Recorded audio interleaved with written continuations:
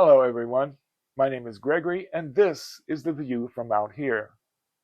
I think I've mentioned that The View from Out Here originates right here in Portland, Oregon. On Friday, Donald Trump announced that he is bringing his Intimidation Roadshow to my hometown. He claims that we are out of control and the whole city is under siege.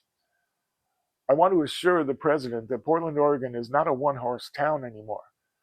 Portland extends well beyond a 3-block radius in front of the ICE detention facility downtown. That's where all the footage that he's seeing on Fox News is coming from.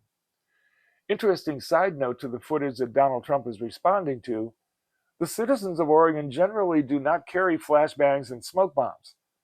The police and the troops guarding the ICE facility, however, do. Most of what Fox is displaying to their viewers is law enforcement's response to what is otherwise a peaceful protest. You might notice that Fox News isn't making any bold claims that there's widespread destruction of property or looting because there isn't any. A little noise is not violence, but granted, it's pretty annoying. The president also claims that homelessness is out of control here, and I agree, and it will get worse thanks to his big ugly bill and his choices for cabinet secretaries.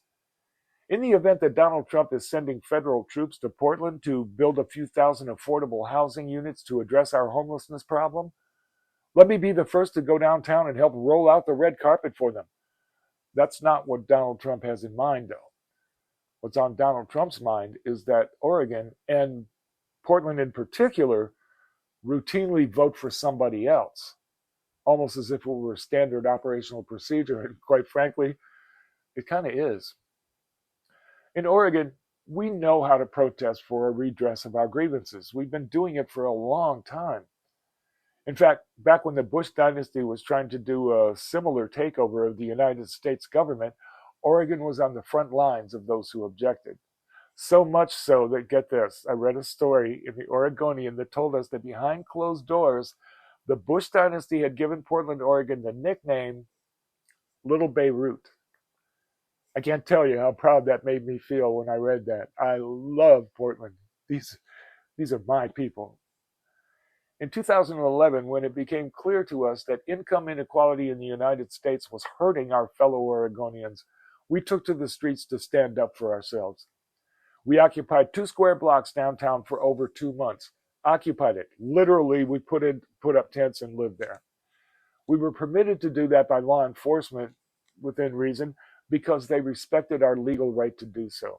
Some might even say it was our duty. In 2020, we took to the streets and occupied those same 2 blocks, by the way, to redress our grievances that we had enough police killing of unarmed people of color.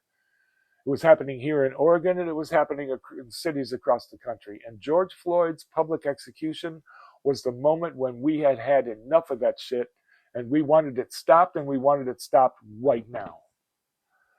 Law enforcement respected our right to redress that grievance, and we went on about it for like 100 days.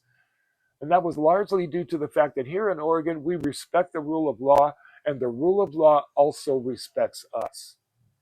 I understand that this fact confuses Donald Trump.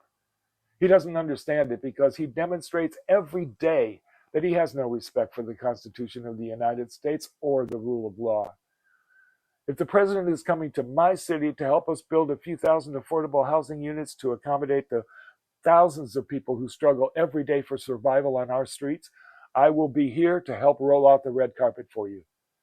But if you were coming to Portland to bully and instill fear and loathing in the hearts and minds of my people, you can just turn around and take your tiny hands and your bag of deplorables and your sociopathic mental illness and go back to Mar-a-Lago where people pretend to like you. I have not forgotten that you are a 34-time convicted felon, an adjudicated sexual abuser, a bully, and a 2-bit New York con man.